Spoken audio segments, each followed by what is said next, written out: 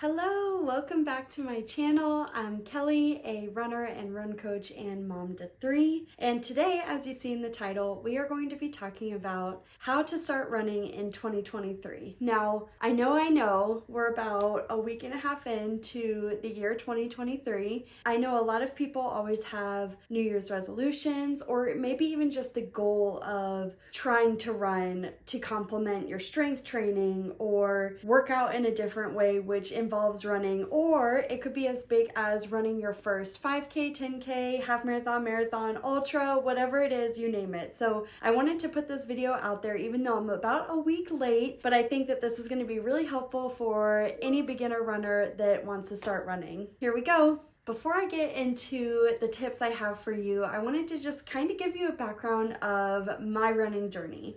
I started running in 2011. I ran my first half marathon in Virginia Beach, the Rock and Roll series, which is so much fun. I started running because I was a competitive dancer for 15 years, starting in elementary school up until high school. And then I was a rower for high school and D1 in college for 1 year. And that 1 year was miserable. I was so tired of rowing and only doing one specific workout for one sport, and I was just like, you know what, I want to start running. I had some friends that ran a half marathon and I was like, let's do it, have some fun. So I trained for my first half marathon in 2011 and basically never stopped for the last 10 years. I've just continued to keep running. I've ran 28 half marathons at this point, 7 marathons, 1 50K, and I'm currently training for my second 50K and my first 50 miler, fingers crossed. I have had running in my life throughout so many seasons, through college, marriage, 3 kids, postpartum, anything and everything, running has been there for me. And through that process and that journey, I have learned a lot through my experiences, learned the hard way. I had to experience and experiment a lot of stuff to figure out what my body needs for running, how to fuel it properly, how to keep my runs easy, keep my hard runs hard, all of that. And I decided to become a run coach in 2016 was really when I started doing group run coaching, and then 2020 was when I started doing one-on-one coaching. Now, with my own personal experience and then being a run coach and seeing other runners' experiences, I've learned a lot, of course, with the certifications as well. I read a lot of running books and just being in the running world. So putting that out there, I am not 100% an expert. I never will say that I am, but I do have a lot of experience in the running world, and I think that these tips for you will help so much if you're a beginner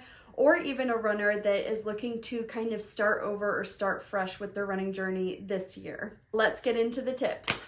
The first tip I have for you is to get fitted for running shoes. And no, I don't mean just go out and buy running shoes off of Amazon or at Dick's Sporting Goods. I mean, find a local running store or somewhere near you that has a gait analysis for you and they specialize in running shoes. Let me just tell you what a difference it can make for your gait analysis. If you're new to running, you'll see that running shoes can be on the stability side or the neutral side. If you are a neutral runner, but you're running in stability shoes, that could cause injury, discomfort. It's just not a good idea. And same goes for a neutral shoe on a stability runner, again, asking for injury. So go to somewhere that has a gait analysis. You can call up your local running store or somewhere near you. Figure out if you are more of a neutral runner or a stability runner. Also, different running brands of shoes are made different ways. So some may have a wider toe box, some may have a narrow toe box. You may need a wider fit shoe size. So if you think that you don't have a wide foot, but you don't know that your feet swell when you run long distances, you may need a little bit of extra room. All of these things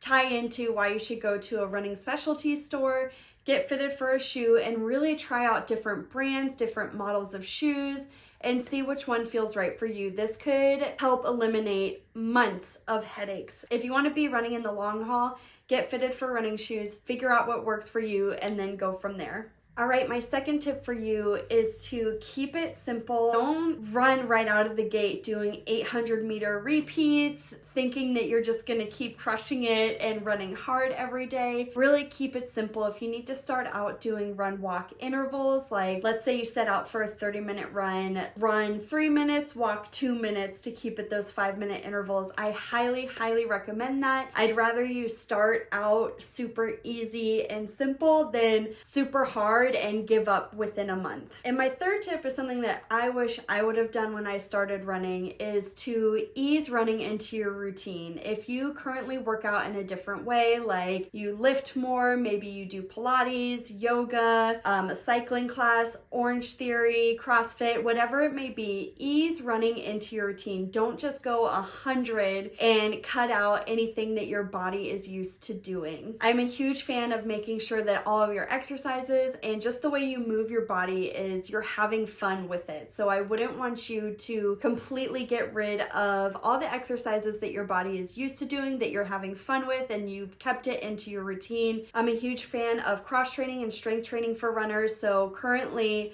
I mix in using my erg in the garage, my Peloton bike, and lifting into my running routine, what my week looks like. And again, I've been running for 10 plus years now, and I haven't focused on strength training or cross training that much in those 10 years, and it always led to burnout or injury. So because I've learned the hard way, what I currently do is cross train at least 2 times a week, which means that I'm doing something other than running, and then I'm running that 4 to 5 times a week depending on what I'm training for. So take that with a grain of salt. Do what makes your body happy. Ease into running part of your routine. And my last tip for beginner runners or anyone that wants to start fresh for running is to find and join a running community. Now, I don't always mean in person. Facebook and Instagram, even LinkedIn and other places have wonderful running communities and groups that you can join in and cheer each other on. I am a huge fan of Facebook groups and Instagram to this day, but if you are needing that in-person accountability and encouragement, the local running store or running specialty store that you go to get your running shoes early in your process, find out if they have some weekly group runs or weekly training runs that you can join. A lot of them have coaches that they'll sign on to work with a group, whether it's for a local race or any distance that you're looking on conquering. I highly recommend looking up those groups and meeting up with them,